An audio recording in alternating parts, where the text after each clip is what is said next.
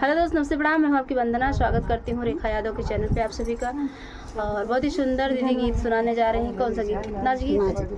नाच गीत लेके आई हैं। कैसे लगेगा कमेंट बॉक्स में बताइएगा। उनके चैनल को सपोर्ट करिएगा, ढेर सारा प्यार आशीर्वाद दीजिएगा रेखा दीदी के चैनल को। आइए सुनते हैं।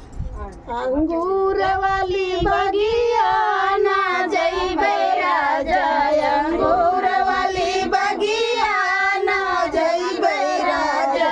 वहीं रे बगिया में ससुर जी का डेरा, वहीं रे बगिया में ससुर जी का डेरा। मैं बारे बारे घुंघूटा ना करबै राजा, मैं बारे बारे घुंघूटा ना करबै राजा।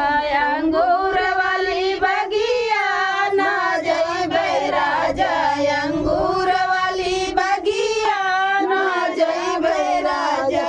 वहीं रे बगिया में जेठ जी का डेरा, वहीं रे बगिया में जेठ जी का डेरा। मैं बारे बारे रहिया ना करबै राजा, मैं